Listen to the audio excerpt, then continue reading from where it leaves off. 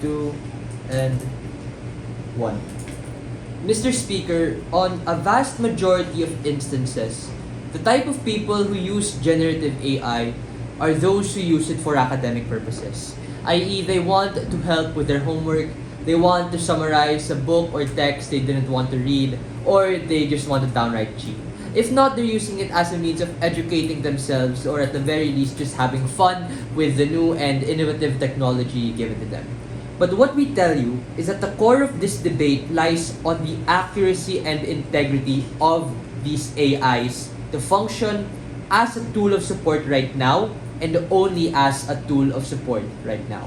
We tell you that giving access to real-time data inhibits the current usage of these generative AI models, and that in granting access for them in these real-time datasets, it has led to Asana, ChatGPT, and all other language models to deteriorate and in status quo literally become worse. So hey, even if leader of opposition told you that people are lazy and are more willing to turn to ChatGPT to fact check, that's precisely where I come in and tell you that it is more harmful when you make ChatGPT, Asana, and all those other types of AI degenerative models to become this monolith of information that we need to depend on. So 3 things in my DPM speech. First is rebuttals, then extension, then a bit of waving. So on rebuttals, first, Prime Minister PM tells us that access to real-time information allows us to be more productive when it scrapes real-time information. LO said that. The problem here, panel, is that even if you make faster decisions, if you're sports betting or stock picking, we see how companies and news agencies take back their initial reports and adjust to changing information. That is why a lot of news coverage are labeled as developing stories. Facts and realities change since we live in a volatile, changing, and dynamic world. The point in which you make faster decisions based off of information that isn't verified and particularly subject to change leads you to making the wrong decision. Hallucinations of GPTs actually happen when you rush into processing the data that happens on their side. We flip this impact and it makes it more beneficial on our side. Number 2, the difference between what the LO said about Yale having an extensive database is that it is far more likely and capable for people to control these types of information because it's not an algorithm. It's a database controlled by people. We tell you that the very important difference here is that ChatGPT does not take into account human nuances, it takes into account inputs by people. So even with LO's point, my PM's point still stands. Thirdly, on LO's response to my partner's POI. First, if you take financial advice from the internet or from ChatGPT, then you're probably screwed either way. You should learn from more credible sources like a financial advisor or an institution. Hell, even watch some YouTube. I don't know. But second, this data changes all the time, literally every single second. Bullshit an hour ago might be bearish now when the market crashes intraday. It leads to back and forth confusion that actually makes people, at the worst, make poor financial decisions, but taking their case at its very best leads to a lot of analysis paralysis. We'd rather have stronger conviction of decisions when we have the complete picture, even if there's a time gap in between them. Lastly, the problem with side opposition is that if people make decisions based on real-time information, this leads to an erosion of critical thinking and thought, and leads to people becoming lazier, complacent, and overtly reliant on these types of data, as what LO literally mentioned at the end of his speech.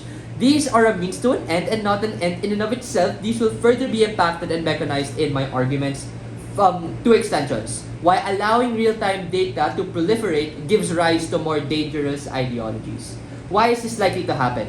We tell you that real-time data is a confusing mix of tons and tons of random data points that is hard to interpret. But just by the very nature of us knowing it's real-time data, we can actually influence the way in which it consumes and interprets that data.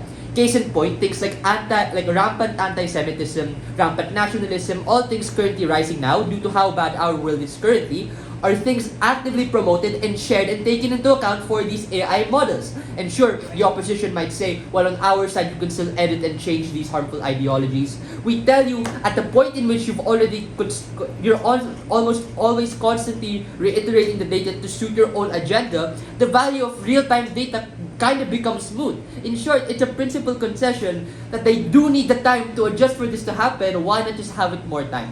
Why is this bad? 4 reasons.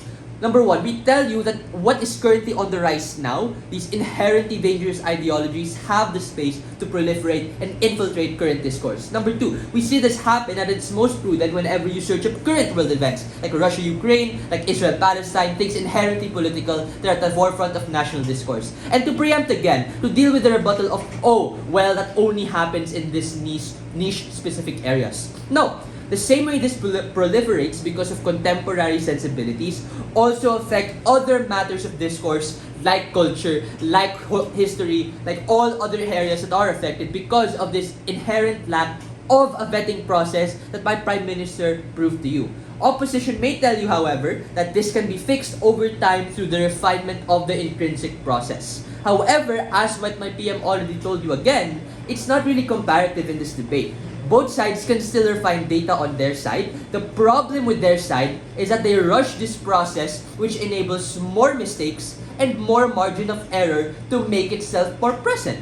So why is this important in this debate? Simply put, it deals with a lot of opposition case, and moreover, it just gives rise to worse discourse as to what my Prime Minister told you. Because let's be clear, while generative AI might be a useful tool, it shouldn't be your news source or your learning source. Which brings me to my second extension really quickly. Allowing access to real-time data makes it harder for us to know what is right. We already know that ChatGPT is progressively getting worse right now. That the types of information that ChatGPT provides are actually degrading in nature. And this is precisely because of the fact that ChatGPT just cannot handle that much real-time data. Moreover, we tell you if it's frankly going to be worse on their end when we depend our entire information base and our entire education level based on some things and data points that are said by ChatGPT. So, in short, we tell you that, hey, ChatGPT, Asana, all those things are valuable assets in order to have, in order to control. But what we tell you is, in getting real-time data, it gives off this false sense of narrative that you are learning when in fact you are not. So for all of those reasons and more, proud to propose. Thank you.